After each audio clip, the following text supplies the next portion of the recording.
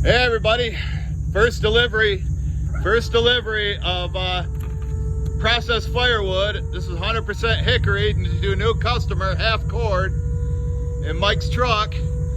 So let's see how it does.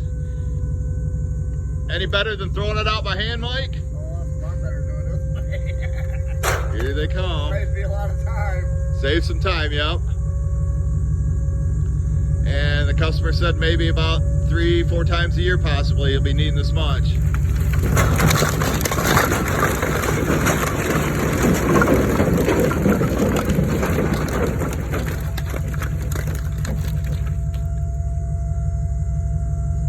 What you think?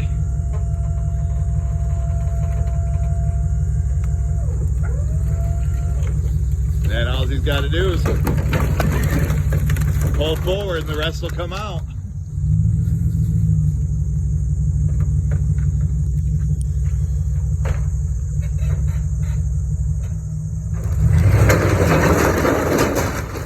Boom! All right, there's a few more we got to knock out by hand. Well, I think that worked good. And customer really said he liked the wood.